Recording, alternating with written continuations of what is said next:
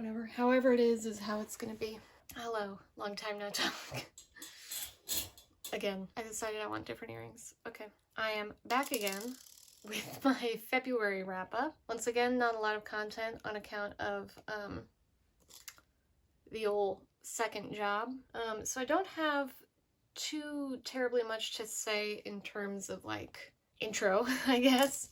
February generally was kind of like a mid-reading month for me. More so the second half of the month than the first half. The first half went pretty well. I finished 8 books in the month of February. I'm going to be talking about the first 4 today. I managed to not finish a single physical book in the month of February.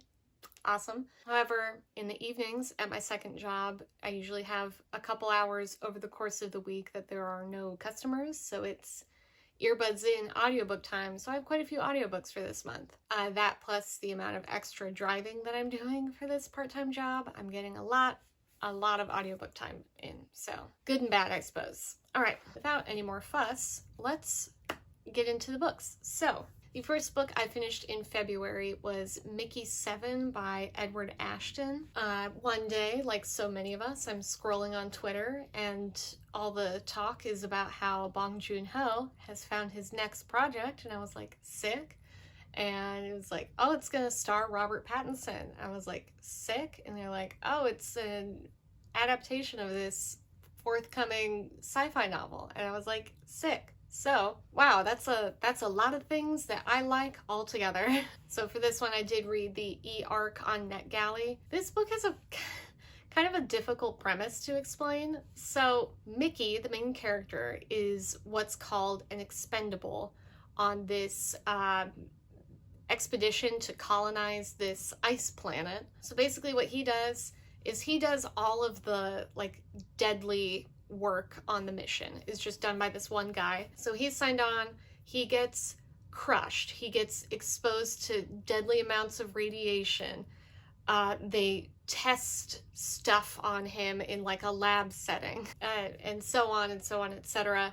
He then, when his body dies, he gets put in this like protein recycler that they have, and they fabricate a shiny new body for him and upload his personality into his new body. So here, Mickey 7 is our protagonist. He's the 7th Mickey.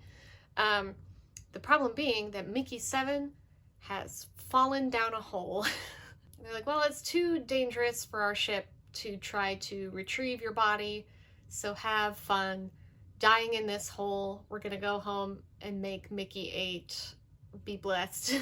Problem being, Mickey 7 crawls out of the hole. He hitches a ride with this big spider thing. It's a whole thing. So he makes it back alive. He walks home to the little space colony on the ice planet. But when he gets home, he realizes they wasted no time in creating Mickey 8. So now there's 2 Mickeys. And that is a very big problem for reasons that are explained in the book. It's very taboo to have 2 of one person at once. This book was really interesting. It's really unlike anything I've ever read before. I can't really think of anything to compare it to. So there's a lot of these like really interesting like philosophical questions at play. Like if they're both Mickey with Mickey's body and Mickey's mind, which is the real Mickey? And ostensibly, since they are the same person with the same mind, they should agree on everything, and they don't.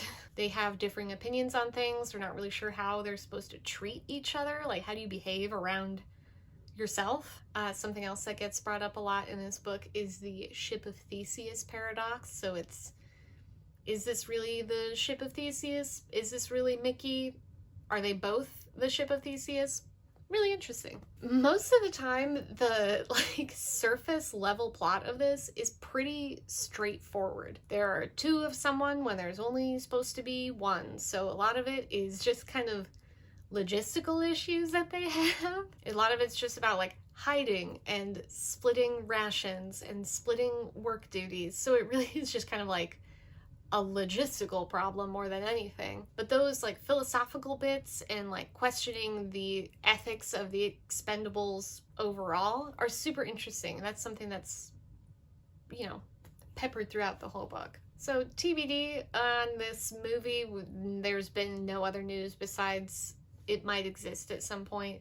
But yeah, I really liked it. Also, the characters on the space colony eat like a pulverized cricket paste for their protein. I was like, okay, Snowpiercer, I get it. The second book I finished was The Sun by Joe Nesbo. I listened to the audiobook on Libby.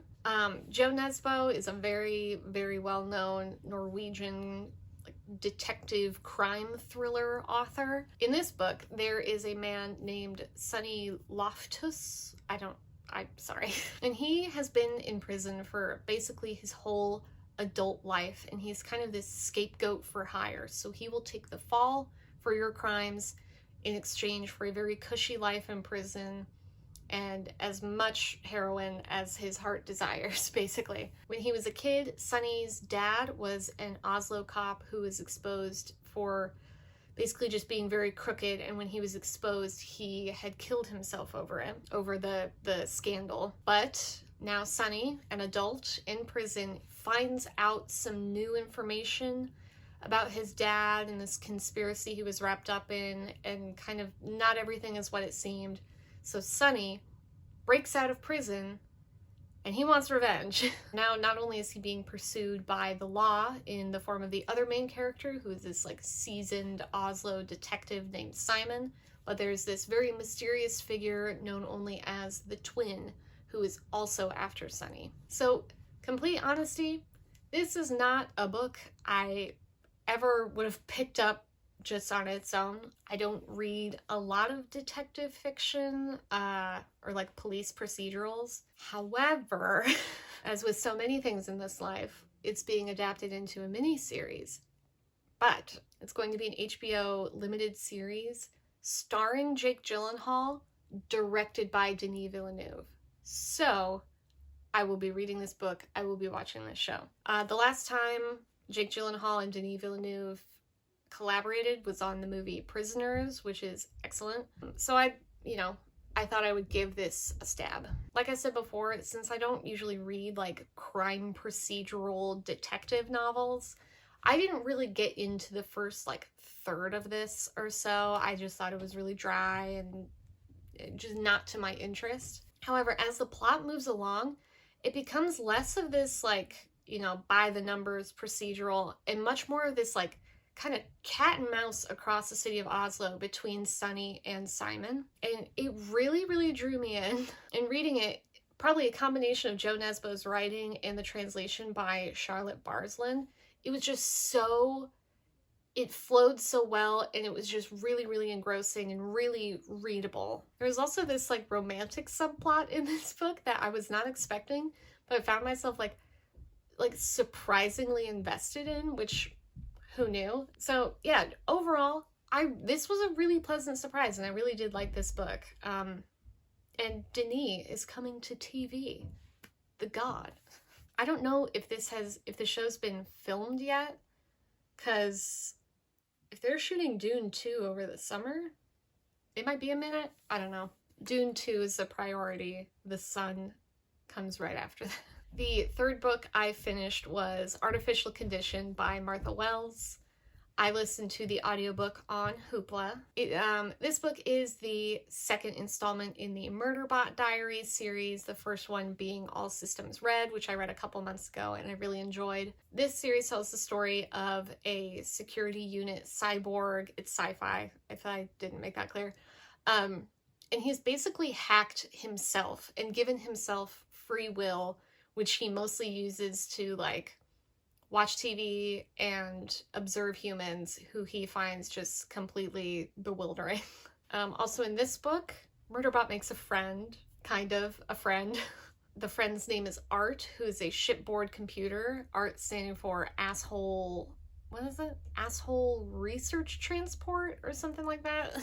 But basically this book picks up right where All Systems Red ended, more or less. And in it we learn a little bit more about like the universe and about the governments and the technology that's all at play in this sci-fi universe that's been created. And all of that will naturally kind of just come piecemeal throughout the series when the books are like really, really short. I think each of the audiobooks is like less than 4 hours. Since it is a sequel, I won't say too much about what happens in the book, but I just thought this was so good. It's very much in keeping with the first book, thematically, obviously, but to the point where I think they probably don't need to be separate books. I think they could have been parts of a greater whole. I'm not sure. I do intend to read the third book and continue the series. I love seeing humanity through Murderbot's eyes. I love that he is almost endeared but mostly confused by humans.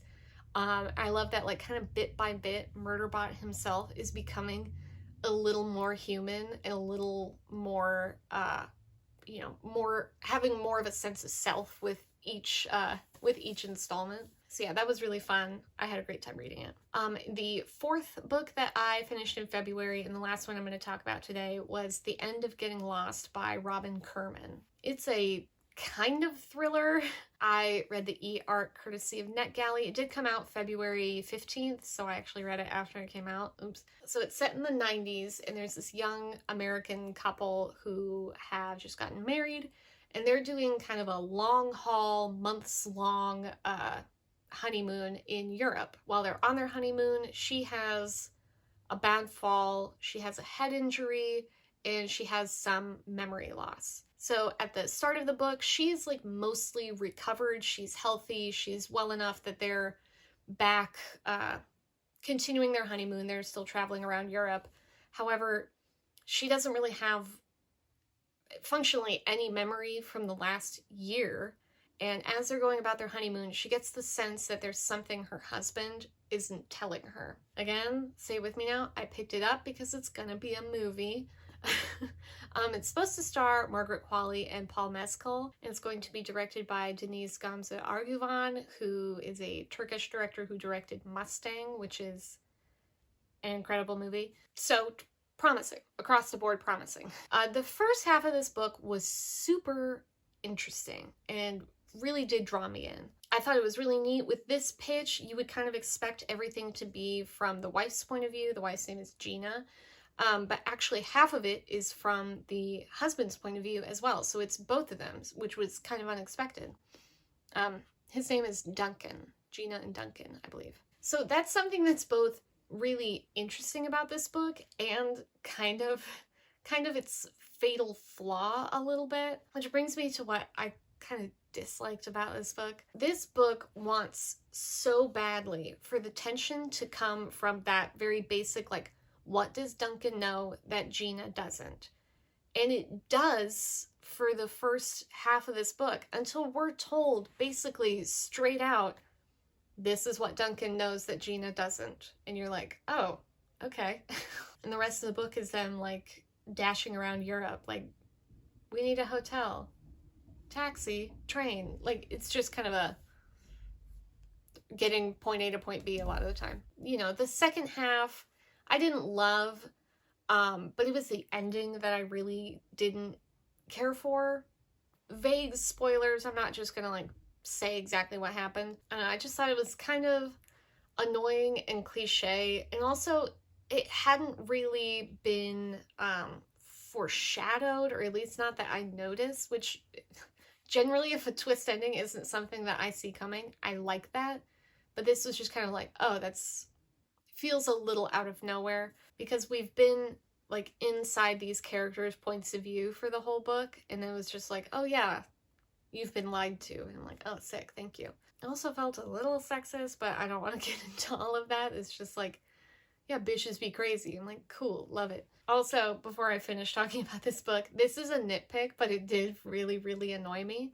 So the title of the book, The End of Getting Lost, refers to the fact that like the mid to late 90s was kind of the last time in history that you could really, when you went abroad, you were very removed from your resources, from the people you know. It was the end of the era that you could like really truly get off the map effectively. But this book does not let that point rest. Like, I know it's set in the 90s. I know this probably does qualify as like historical fiction, but you don't need to like hammer home in every single chapter. Like, and remember, this is the 90s. And maybe this is just like a problem with the arc and it's not in the final version, but it would literally like stop dead in the middle of a scene when they're like getting in a cab and they're rushing away somewhere. And it'll stop in the middle of a paragraph and be like, and they didn't have any cell phones or GPS. And like, I kind of assumed as much because this whole book is set in the 90s and I've read everything up until this point. So I know that. I don't know. It just felt like weirdly like condescending. I don't know. But anyways, I gave it 3 stars instead of 2 because that first half is like really engaging. And this does feel like it would make for a good movie. So fingers crossed that goes better if that movie ends up happening, because that would be really cool. So yeah, that's all I have for today's video.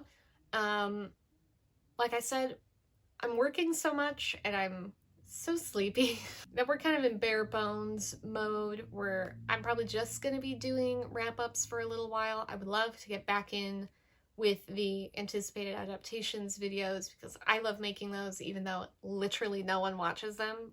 I really like doing them. But anyways, thank you for watching and I will see you in the next one. Bye!